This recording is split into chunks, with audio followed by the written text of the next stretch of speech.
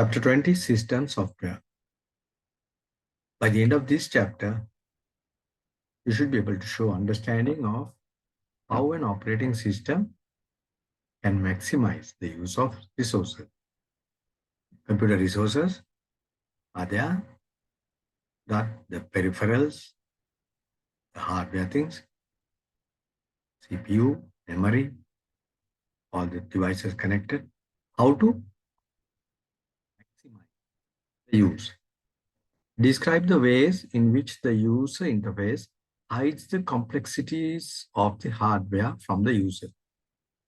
If the user goes to learn about the printer, the keyboard, how it works, that will be a big problem. Nobody will use the computer. So operating system's duty is to hide those complexities and just give the keyboard, mouse, and other the devices for the user to operate the computer.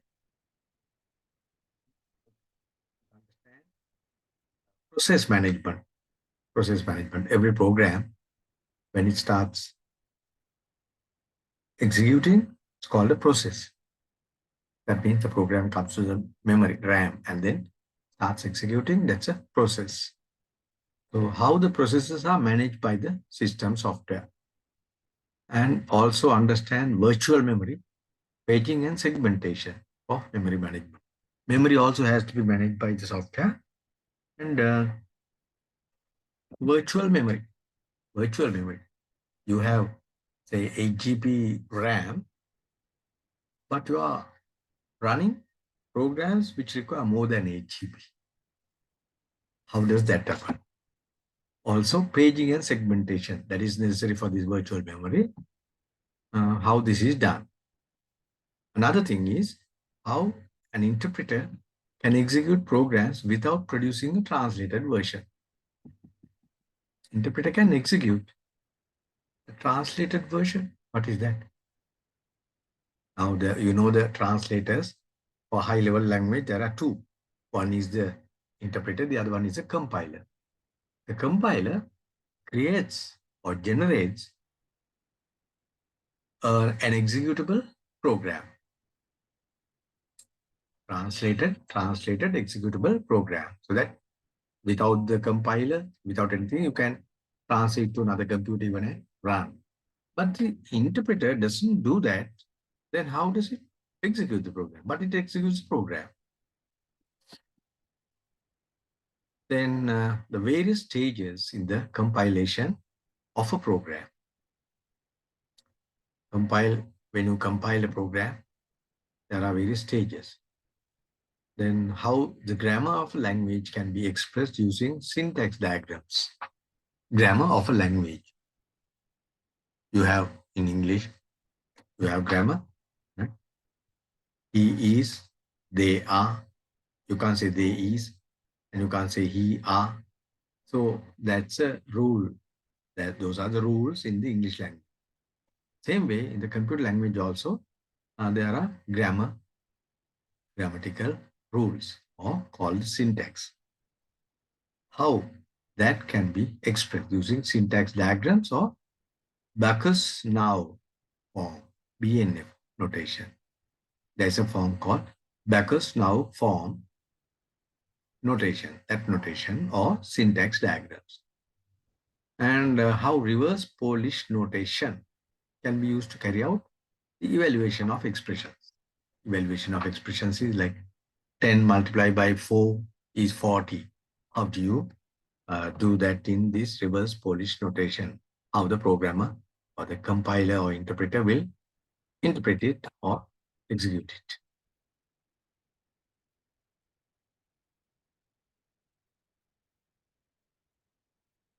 The purpose of an OS, operating system.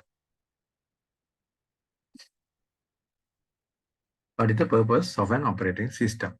The computer system needs a program that begins to run when the system is first switched on. What is that? When you put the computer on, there is nothing in the RAM. And without anything in the RAM, the CPU is helpless. CPU can't do anything. At this stage, the operating system programs are stored on disk, so there is no operating system. So there is no operating system in the RAM. That is the meaning. There is where? It's in the hard disk. But any program in the on the hard disk is helpless also. You can't do anything. CPU also can't access the hard disk directly. However, the computer has stored in ROM a basic input-output system.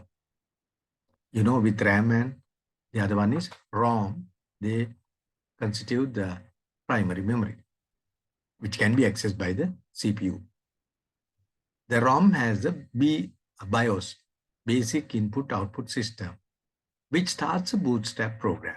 There is a small program called the bootstrap program stored in ROM, and it won't get erased when the power goes off or when you switch off the power.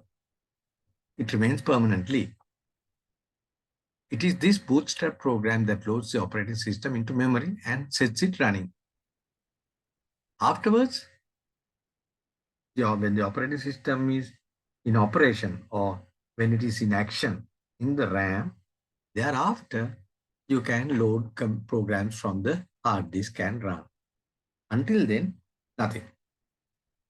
An operating system can provide facilities to have more than one program stored in memory.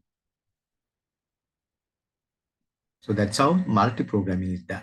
More than one. Those days, it was not possible. Only one program can access the CPU at any given time, but others are ready when the opportunity arises, which is described as multi-programming and will happen for one single user. So there can be two programs, but only one accessed by the CPU. The other one is waiting until the turn comes. And each one is given a turn. That is how multi-programming is done. And it's so quick. Each one thinks that the CPU is servicing only that one, not the other. It's so quick. There is no delay. Both are happening at the same time. Like some systems are designed to have many users simultaneously logged in, which is described as a time-sharing system. So here is for one single user, many programs working, but where there are systems where many users are logged in at the same time. In that case, a thing called time sharing is used. Third, the purpose of an operating system can usefully be considered from two viewpoints. First one, internal viewpoint. Second, external viewpoint. Internal viewpoint concerns how the activities of the operating system are organized to best use the resources available. That is internally. We'll see what they are. The external viewpoint concerns the facilities made available for the use of the user of the system. So let's look at it again. The internal viewpoint, as the name suggests, it's internal, about the CPU and memory and those things. How the CPU is working. The external one is what are the facilities it is offering to the user outside of the CPU. What are the facilities to the user? Fourth one, the major resources associated with the internal viewpoint are the CPU, the memory, and the IO system. So, as we said, the internal viewpoint, CPU, memory, and IO system. Input-output system from the CPU or the memory, the outputs or inputs to the CPU. Operating system structure. The structure of the operating system. Now see, we started with system software. So operating system is part of it. Platform for resource management. So OS is a platform for resource management. Resources, as we know, the memory, and those things, right? Also platform for provision of facilities for user. So it's like this internal platform of resource management. It's connected to the internal viewpoint. Platform for provision of facilities for user. That sounds like the external, no? For the user. Then the two modes of operation are separated. These two are separated. User mode for users or applications run as and when needed. The external one, user mode. Kernel mode runs all the time. Kernel is the internal one. In the diagram also you will see that where it is situated, where the kernel is and where the applications are. Kernel runs all the time. User mode, when in user mode, only the applications which are needed. Then here is the diagram. Kernel mode has sole access to part of the memory. Kernel mode has sole access. It can have access to the part of the memory and to certain system functions that user mode cannot access. User mode cannot access those things. Part of the memory and certain system functions. And look at the diagram now. Layer structure for an operating system. Here is the hardware. You finish at the hardware, the level of the machine to start with the software, the operating system, until you come to the user interface. This is the machine. This is the user interface, which you see on the screen. In between, what are they? What are they? Kernel, the very first contact with the hardware. User interface has no contact with hardware. Application, no. Kernel is the one in contact with hardware. Then it provides utilities. It can provide utilities. You know what utilities are already. Then the application programs, what the users have done. Utilities are from the system and the applications are what the users have done. You have bought or whatever. Then with that, you have the user interface to operate them or use them.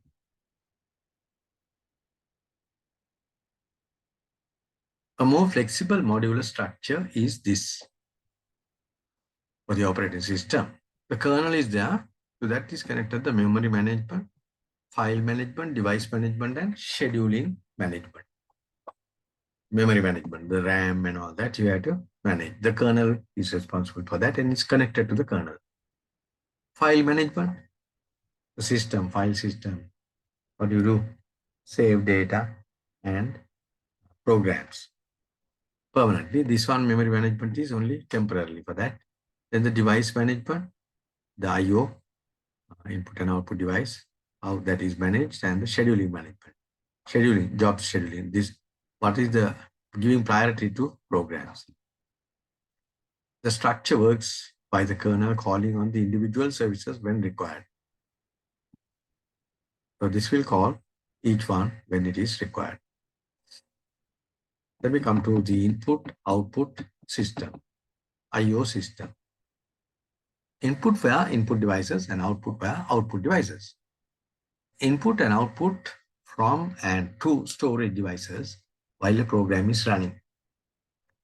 Main components associated with the I/O system.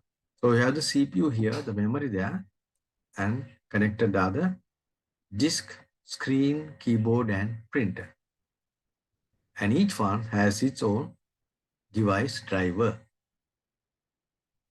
For the disk, device driver, screen device driver. For the keyboard device driver, printer device driver. This device. So for the disk also you need a disk device driver. Otherwise the disk cannot function. So whenever it wants, the kernel, now the operating system can ensure that I/O passes via the CPU. So the OS can make sure that the I/O passes via the CPU from here. Here see the diagram, the direction, the lines are there, connections. But for large quantities of data, that means from the CPU direct to these without going to memory. But for large quantities of data, the OS can ensure direct transfer between memory and an I/O device. So the OS will take over, change its plan and transfer from memory direct instead of going to CPU, directly from the memory where it was stored temporarily after processing, uh, or before processing the input, after processing the output after processing will go directly from memory if it is too big. Otherwise, normally the usual pattern is through the CPU, these places. A CPU typically operates at gigahertz frequencies, that is per second. 1 second sees more than 1 billion clock cycles. 1 billion clock cycles per second. It can carry out 1 billion instructions. These are some speeds or speeds of some devices. Keyboard 10, the data rate is 10 bytes per second. 10 bytes per second. Time for transfer of 1 byte. So therefore 1 byte it takes, the rate is 0.1, no? 0.1 seconds. S is second. Then the screen, of course, much faster, 50 Mbps, megabytes per second. Usually capital B is byte and simple B for bits. And usually it's given in simple bits, rather bits. Mbps usually is given in simple B, bits, but here it's capital B. I don't know why. But if it is capital B, the convention is like bytes. So 2 into 10 to the power 8 seconds. Don't worry, either bytes or bits maybe. But the fact is the different speeds, only that is what is important here. And the disk speed, the data rate, the transfer rate is 5 Mbps. And the calculation, the per second is so much. To transfer 1 byte. To transfer 1 byte.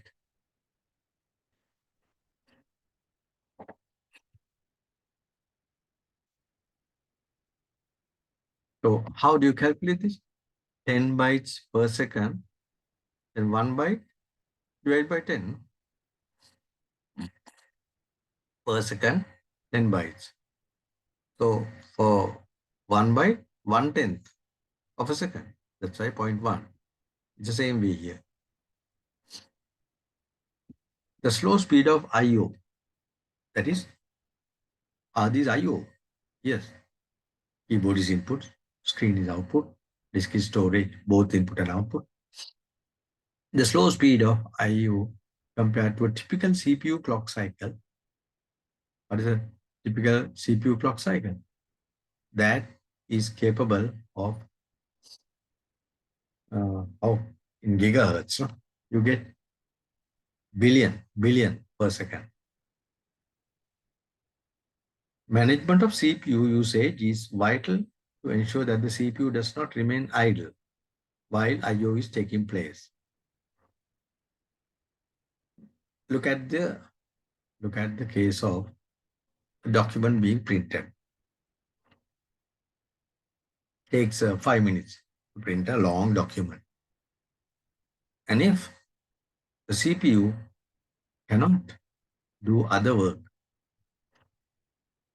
if it has to wait until the document is printed, it's a waste of time. And the CPU's high speed is of no use. It's just idling. So this CPU's usage is vital to ensure that the CPU does not remain idle while I/O is taking place. This is discussed in the next section. What is the solution for that? When a printout is being done, what is the CPU going to do? And how? Call buffer is coming into that scene, you will learn later. Process scheduling. To ensure efficient usage of the CPU, programs are initially stored on disk. Yes, that we already know. A user could submit a program as a job which would include the program and some instructions about how it should be run. So when the user wants to start a program, this is how it done. A user could submit a program as a job, and that job would include the program itself plus some instructions about how it should be run. Three types of process scheduling: long term, medium term, and short term. Long term is, it's also called high level, controls the selection of a program stored on disk to be moved into RAM. Look at it again. Long term schedule, it's called high level. What does it do? Controls the selection of a program stored on disk to be moved into RAM. So the user selects a program, then it is scheduled to be moved to RAM. Then the medium term scheduler in between, right? In between short term and long term, medium term scheduler, occasionally sending a program back to disk. So when the long term scheduler brings the medium term scheduler, sometimes, occasionally, sometimes, that means sometimes, it will send them back. You go back to the hard disk. And the short term scheduler is also called low level, controls when a program in RAM, see, program, not on hard disk. Now this one controls the selection of a program stored on disk, long term. Short term is program stored in RAM, has access to the CPU. Controls when a program has access to the CPU. So what is in RAM? Does it always have access to the CPU? Without having the access to the CPU, the program cannot be executed. So that part, when it is available for access, the short-term scheduler will look after that part. And components involved in running a program. You have the disk, the program, and the data are stored there permanently. Take it into memory, program and data, and the CPU take them. CPU will take them, and it has registers and all that inside this for processing. The ALU, the control unit, right? Processing is done inside this central processing unit, then sends out to memory the results. And some gone to the screen, some print, some transmitted somewhere else, and some are stored on the hard disk, the results, the information. Components involved in running a program. So that's the full show of the program running. High-level scheduler makes decision about which program stored on disk should be moved into memory. And the low-level scheduler, which process, how I told you earlier, when a program goes into RAM and starts acting, or when it is in action, called a process. So the low-level scheduler makes decisions about which process stored in memory should have access to the CPU.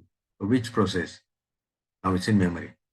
Very low level, very close to the CPU and RAM. Now here it's high level is like away from the CPU. It's on the hard disk.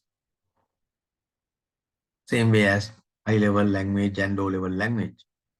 High level is away from the CPU, closer to the human, whereas low level is closer to the CPU and away from the human. This is also somewhat like that. States, process states. When the program first arrives in memory, a process control block called PCB, or in short PCB, can be created in memory, ready to receive data when the process is executed. Like you say, okay, the home deliveries are due for bringing in goods during the Corona time. You put a box at the entrance and you ask them to put them into that box without you touching directly. So here it's not that touching part doesn't come here, not touching or the danger in infection, but the what happens is it has to have a area to work to load the data and the program. So when I read this again, you will understand when the program first arrives in memory, a process control block PCB can be created in memory. So it allocates a area in memory ready to receive data when the process is executed. Process is the part of the program which is executing, and the data which is received will be stored in the PCB, process control block. Once in memory, the state of the process can change. So the states, how the states change. A new process arrives in memory and a PCB is created. Right? What I explained here. PCB is created. It changes to the ready state. So this is the ready state. New program coming in. New program, new state. State is new, it's coming in, going into the PCB and it's in ready state. A process in the ready state is given access to the CPU by the dispatcher. Okay? Gives access to the CPU. It changes to the running state. Then what happens is, okay, the CPU gets the instructions and runs. So it's in the running state. Then a process in the running state is halted by an interrupt. You know about interrupts? If there's an interrupt, the running is halted. It returns to ready state. This comes here. Waiting room. Like when until the train comes, you wait the waiting room, or until the plane arrives, you wait in the gate, the airport, something like that. It goes to the waiting room. I'm sorry. It goes to the ready. Uh, returns to the ready state. It returns to the ready state. A process in the running state cannot progress until the event has occurred. IO, perhaps. It changes to the waiting state, sometimes called the suspended or blocked state. So when there's an interrupt, goes ready, depends on what happens. A process in the running state cannot progress. This cannot progress until some event has occurred. IO in input output, because there was an interrupt, and until that finishes, it can't proceed. It changes to the waiting state. So therefore, it changes to the waiting state, sometimes called the suspended or blocked state. A process in the waiting state is notified that an event is completed. So the process here in the waiting gets a signal, gets a notification that the what caused the interruption, now it's finished, completed. Then it returns to the ready state. So it goes to the ready state. Just waiting here until until the signal comes. Then it will wait here and then move to the ready state. A process in the running state completes execution. There is a process here running and it completes the execution. Then what happens? It changes to the terminated state. Once it is done, when the signal comes confirming that it's finished, then it goes to terminated state, the final stage. That's the end of the program. It is possible for a process to be separated into different parts for execution. The whole process is not keeping in memory is of no use. Only part of it is being executed now. They can be separated into different parts for execution. The separate parts are called threads. Threads, separate parts. If this has happened, each thread is handled as an individual process. So breaks them into separate or individual threads, and at that time, those processes, like the threads, are called or handled as individual processes. Thereafter, it takes on like one process. as individual ones are separately. The terms process, a program in memory that has an associated process control block. Program in memory. Now, we discussed that when it comes to the new program comes, the a PCB is created, like an area where it can reside. Associated PCB is a program in memory that has an associated PCB. That's what you call a process. Then PCB is a complex data structure containing all data relevant to the running of the process. So this PCB has all the data required for running of this process. And the thread is part of a program which is handled as an individual process when being executed. So the big process is broken into small processes and they are called threads.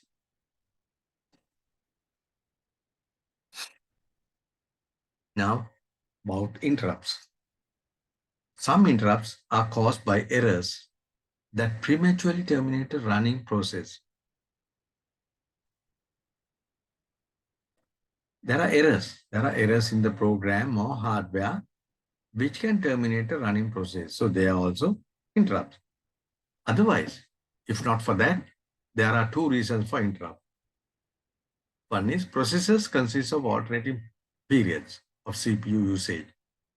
Processors are given, they don't have the sole access to the CPU because there are multiple processors waiting to access the CPU. So they are given alternating periods or times. There's a schedule, right, of CPU usage and IO usage.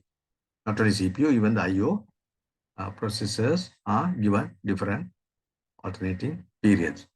IO takes far too long for the CPU to remain idle waiting for it to complete. We saw this a little while ago that the processor has the speeds in gigahertz while the memory, the other the keyboard and all that, they have less in megahertz, Mbps, right, per second. Only about the screen is 50 Mbps, like that, very slow. The interrupt mechanism is used. So when they are slow, you have to make sure that the CPU is not idling. The interrupt mechanism is used when a process in the running state makes a system call, right? System call, that's a term used, requiring an IO operation and has to change to the waiting state. So this requires an IO operation, input or output, and changes to the waiting state.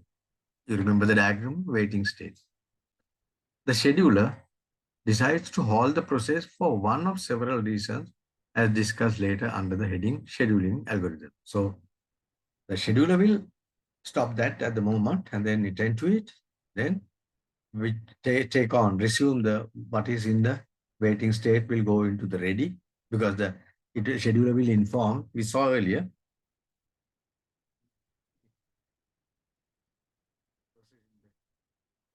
waiting state is notified that an event is completed. It returns to the ready state and then start executing again.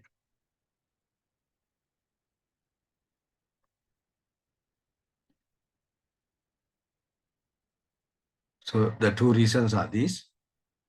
Whatever the reason for an interrupt, the OS kernel, operating system kernel, must invoke an interrupt handling routine. Invoke, that means start.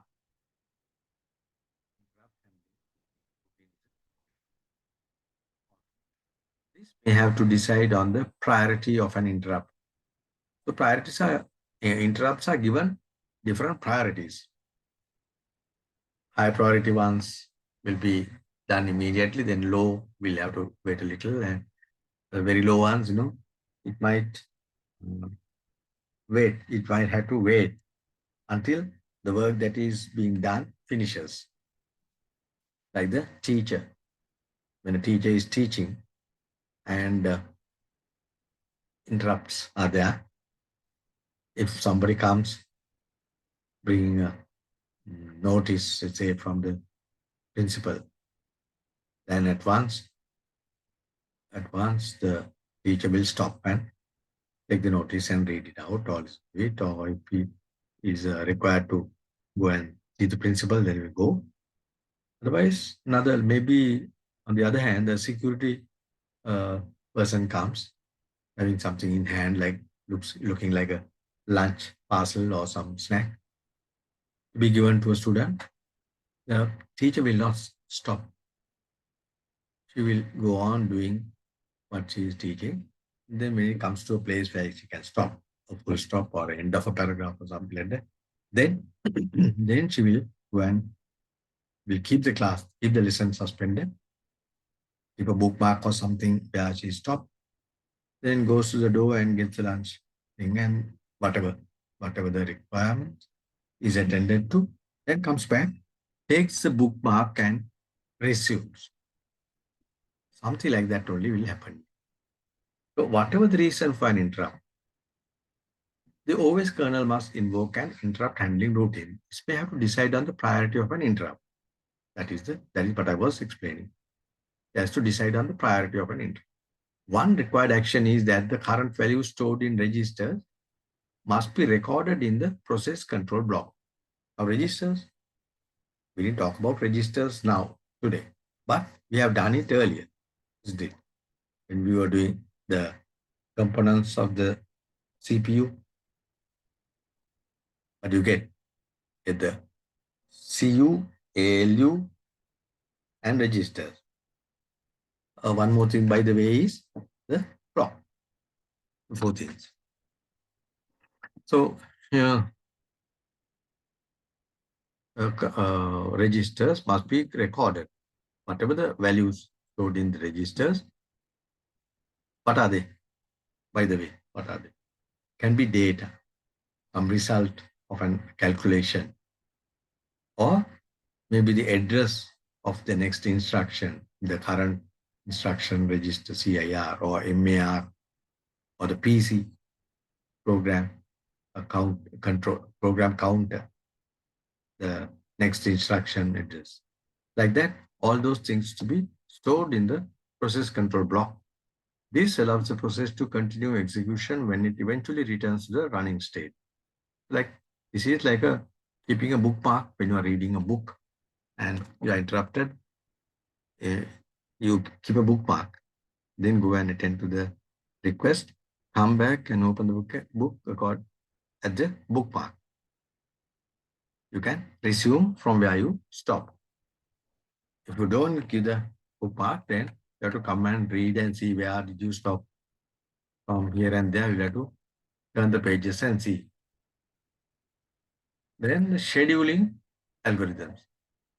Although the long-term or high-level scheduler will have decisions to make when choosing which program should be loaded into memory, we concentrate here on the options for the short-term or low-level schedule. Remember the three levels. The high level is which program we select. Medium term, the one that sends back when you need some memory space, when you need space in the memory. To get a new process, you send back some. That is done by the medium term, and the low level scheduler will look into when the CPU is available for the process. A preemptive algorithm can halt a process that would otherwise continue running undisturbed. So a preemptive that starts so that it will not allow others to start, stopping the others. You start, stopping the others. So a preemptive algorithm can halt a process that would otherwise continue running undisturbed. So if not for this preemptive algorithm, it will run. So here is a stoppage. It stops. If an algorithm is preemptive, it may involve prioritizing processes. So in that case, you have to prioritize what should be done first. FCFS, first come, first served, non-preemptive. There is no, it is not preemptive because it's just a normal way, no? Normal first come, first service, first served, places processes in FIFO queue. FIFO is first in, first out, like a normal queue. First one comes, it goes first. So there's nothing to sort of uh, stop another one doing or interrupt. Then round robin algorithm. So the CPU doesn't give everyone a chance, just the first one, then the second one. But round robin algorithm is used to allocate a time slice to each process. So it serves one, two, three, four, then again one, two, three, four. Like imagine that in the at the canteen, there's one person distributing or uh, delivering goods or serving items, food items. Then the children are there in maybe three, maybe three or four the same time they want to be served. Imagine that there are like queues. huh? This one doesn't know the other one, and that one doesn't see the third one. Only one person is in. And from the other end, the counter side, the person who is giving, imagine that he is so fast, maybe a robot or something, so fast. The first one asks for a fish bun, he gives a fish bun, and then goes to the next one and asks he wants a Chinese roll, fish roll, gives that. Third one, a Kibula bunnies or something, a tea bun. Then comes back so quickly to the first one, asking what he wants for drinks. The first one thinks that the person is serving only him or her. He doesn't see him moving to the other one. It's so fast. He asked, what do you want? Fish bun. Okay. Then what do you want to drink? Tea or soft drink? Like that, he doesn't know. That is how the the scheduling is done. Each slice, time slice. His time is given to all the students. The students who are ready to receive, the, the CPU gives a time slice to each process. Okay? That's why it's happening like it's almost simultaneous. It's really not simultaneous, but to the human or for the processors, it doesn't look uh, the other way. It looks just like simultaneous, that all the time it's happening. All are happening at the same time.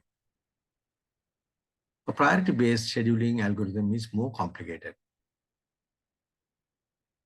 How does that happen? One reason for this is that every time a new process enters the ready queue or when a running process is halted, the priorities for the processes may have to be evaluated because they can change.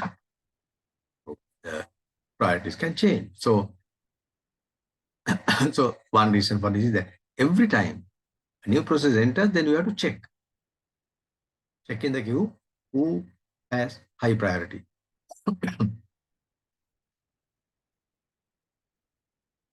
Then the other reason is that whatever scheme is used to judge priority level, it will require some computation. So you need to do some computation also. And what are the possible criteria on it is calculated? Estimated time of process execution. How long does it take for this particular process? Then estimated remaining time for execution. Now, if it has started, how long more to finish? Length of time already spent in the ready queue. Like it has been there for a long time in the ready queue. Then also you have to consider that whether the process is IO bound or CPU bound. Is it going out to the input output system or to the CPU? So all those things are taken into account when this algorithm is done, like the calculation is done. More than one of these criteria might be considered.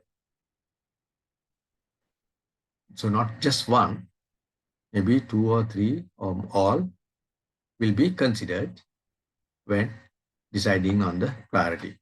Clearly estimating a time for execution. Clearly estimating a time for execution.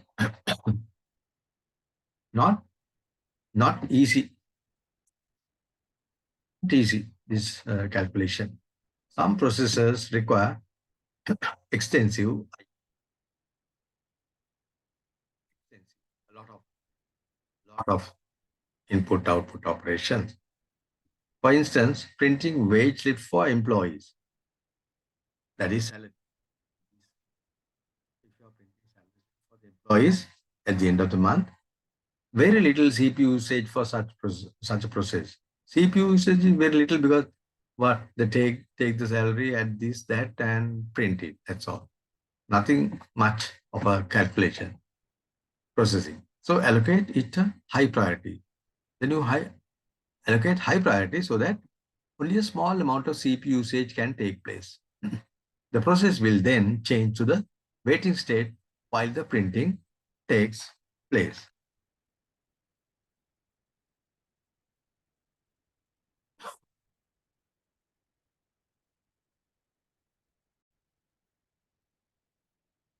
Memory management.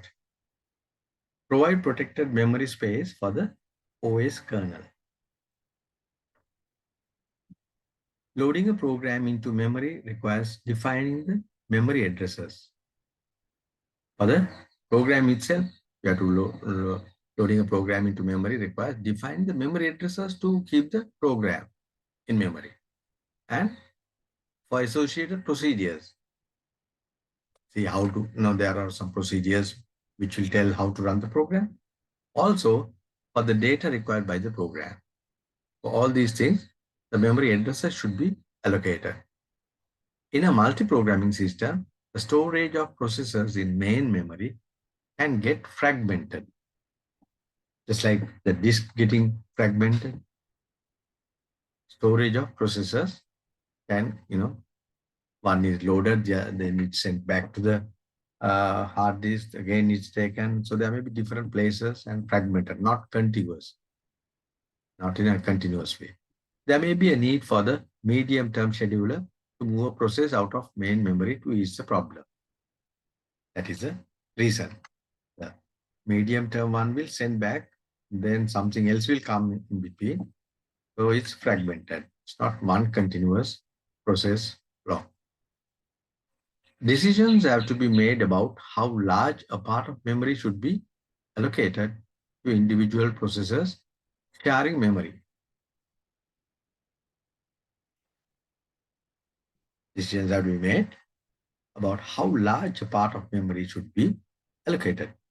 How much of memory should be allocated to individual processors which are sharing the memory. And partitions and segments. An early approach to memory management when different processors were loaded into memory simultaneously was to partition the memory. Partition the memory. If this is the memory, load whole of a process into one partition. The whole process into one partition. One process one is there, process two is here, and therefore the memory is wasted.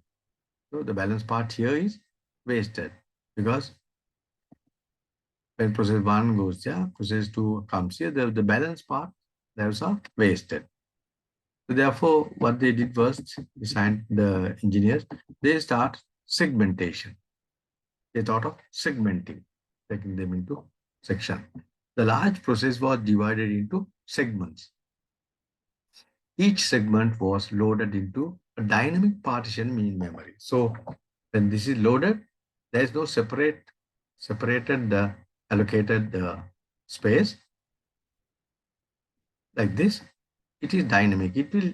The size of the block will be that segment. Each segment was loaded into a dynamic partition memory. Dynamic, it means changes.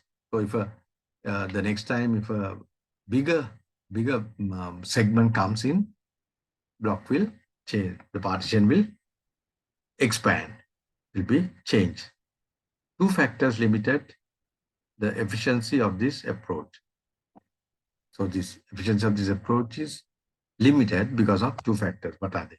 Segments were not constrained to be the same size. So that means They're not required to be same size. They can be different sizes.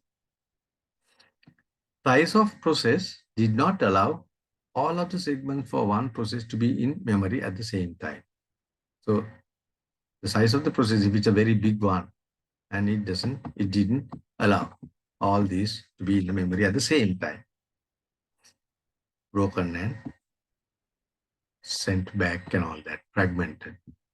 Then came to overcome that paging and virtual memory. That is a modern approach.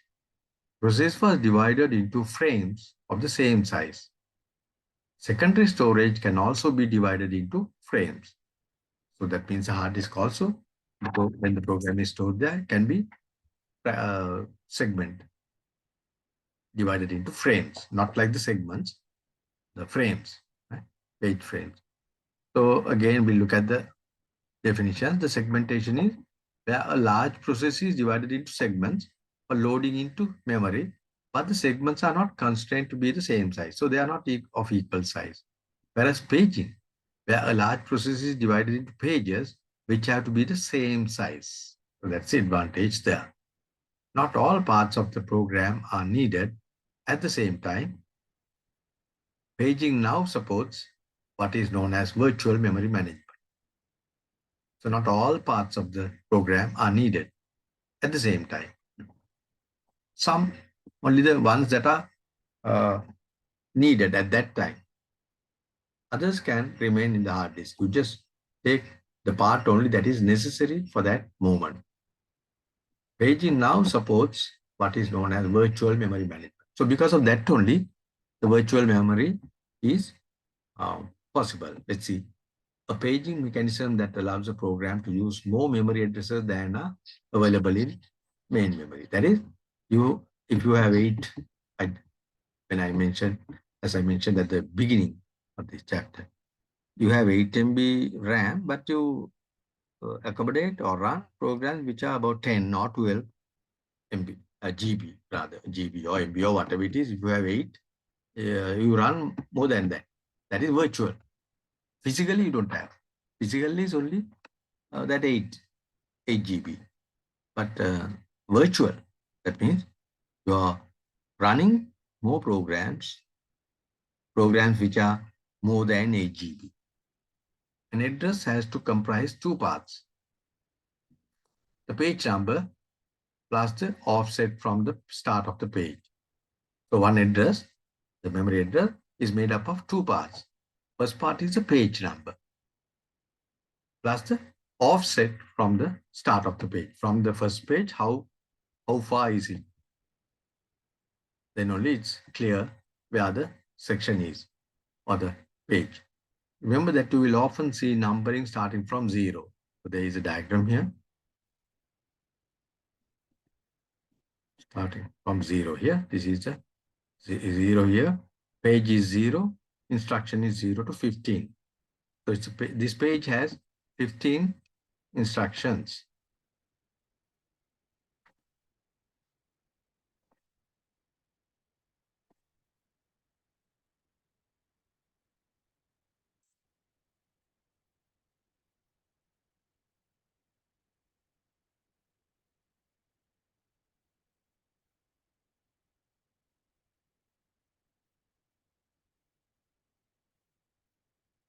This from the textbook will take.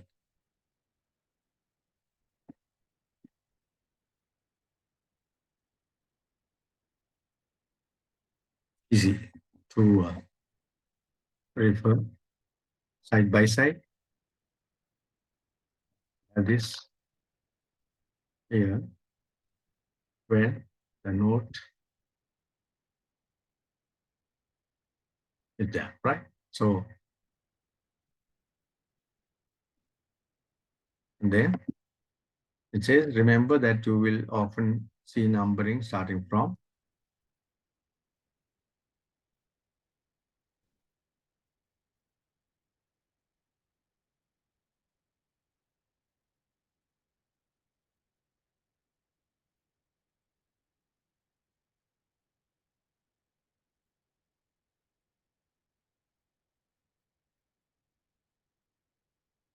So how does it happen? Now, these are the logical address, page number, and program. The program instructions are there 0, instruction 0 to 15. Page number is 0. And we discussed, can you remember?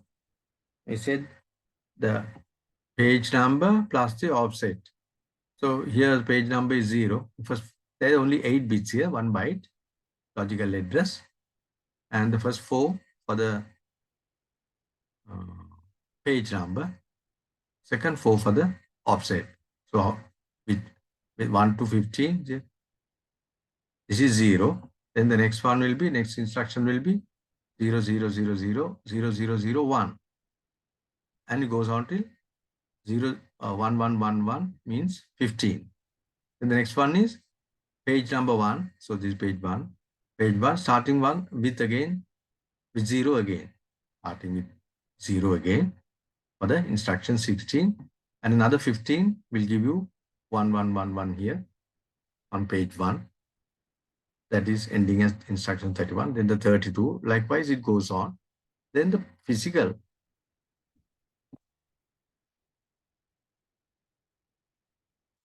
presence flag. The page frame number is there. This is the physical address. The hard disk will be like this. Not the hard disk, the memory will be there. Look at this. Page number 0, page frame number 1, its present. Present flag is 1. So that is not appearing here, is there. Then the second one is not gone, third one is gone. That is why page frame number 3 is here. Page frame number 3 and present. 2, the page number 2. The next one, not present. That is why present flag is 0. So like that, it can manage, right? It can manage how the frames are loaded and sent back to the hard disk, how it gets fragmented like this. So now we come to operating system facilities provided for the user. So if you remember well, this is the external view. The earlier one was internal. It was concerned about the CPU, memory, and I/O. This is the facilities provided for the user. That is the external one. There's a command line, graphical display, and a voice recognition. The user to interact with running programs. So this is like a user interface.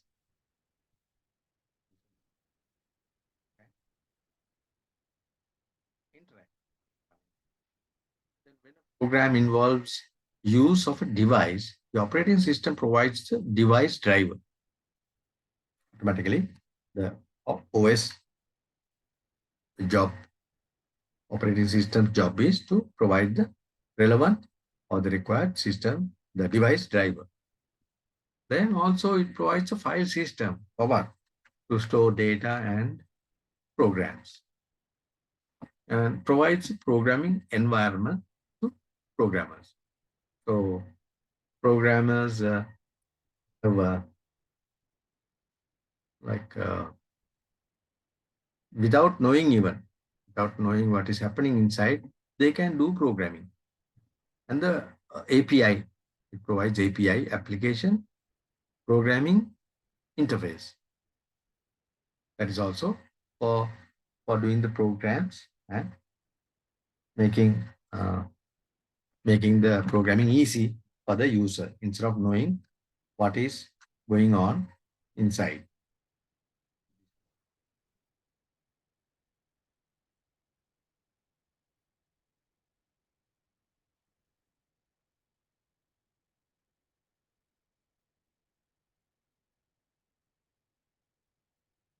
Next time, 2.06 translation software.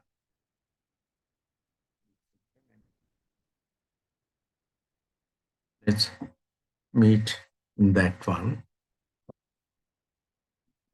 Till then, bye.